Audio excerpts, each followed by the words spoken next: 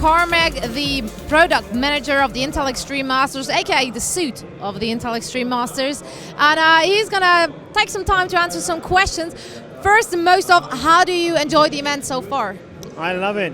I absolutely love it. There's energy in the crowd. We have 3 different crowds. For the first time ever, we separated them.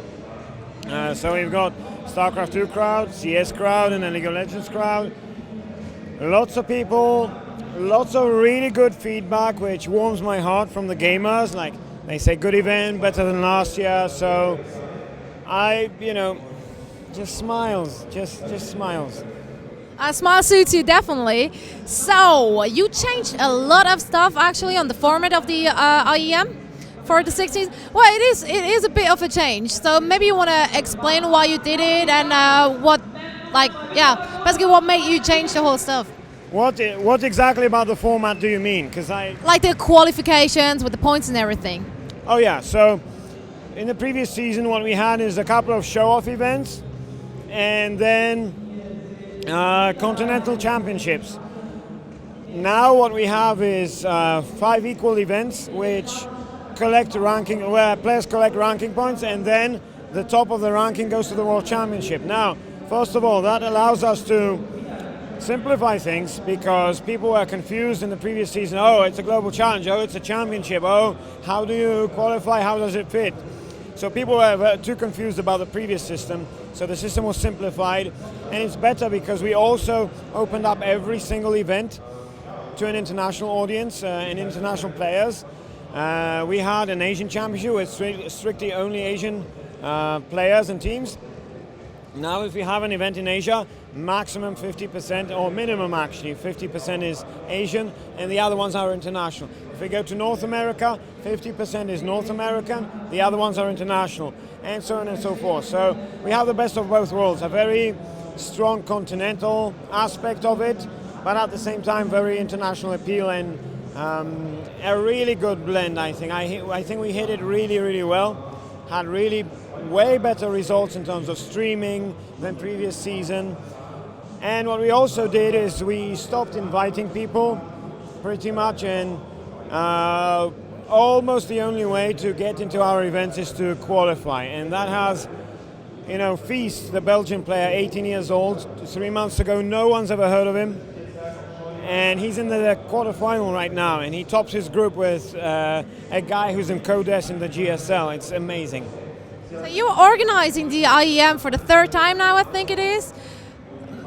It should be the 3rd time. So is that all those changes? Did you have them in mind like before already, or did you guys just recently just sat down together and decided to make some changes? So sometimes people ask me if Intel Extreme Masters is my baby. I say it's an adopted one, and it's undergone enough plastic surgery to look like my little son, It kind of looks like the daddy today. So I had some ideas where I thought we could change things to simplify things, and I did. And I did that. I'm not going to go into details because there's a ton of stuff you do over 3 years. So I had my initial ideas, which most of them really worked well. And then also esports is a consistently evolving thing. So you need to consistently evolve with it. So we had to implement changes. I can't think of any example right now off the top of my head, but every season we implemented little changes to keep improving and keep making sure that Intel Extreme Masters fits to the current esports landscape. So beside the changes of the format, you also added LoL now to the games played. So aside from StarCraft 2 and Counter-Strike 1.6, do you think that influences the visitors and viewer numbers a lot? Yes, it does. It's obvious. It's really obvious. In Kiev we had almost 250,000 people watching.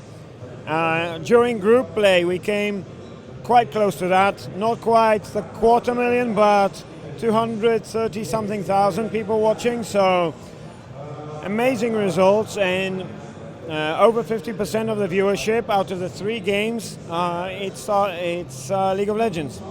StarCraft 2 is in 2nd place, Counter-Strike is in 3rd. So, and There's an audience behind us.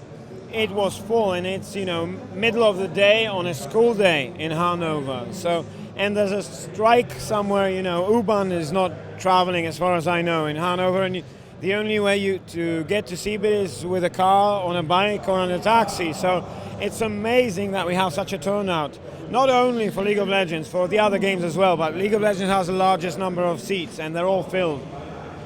Do you think about adding other games as well in the future? We always think about these things. I mean, it's, as I said, we need to keep evolving along with esports. So fighting games are always a question. Every season we think about fighting games. Does it make sense? How would the audiences all around the world accept those, you know? How do we replace Counter-Strike? Because sooner or later we have to replace Counter-Strike.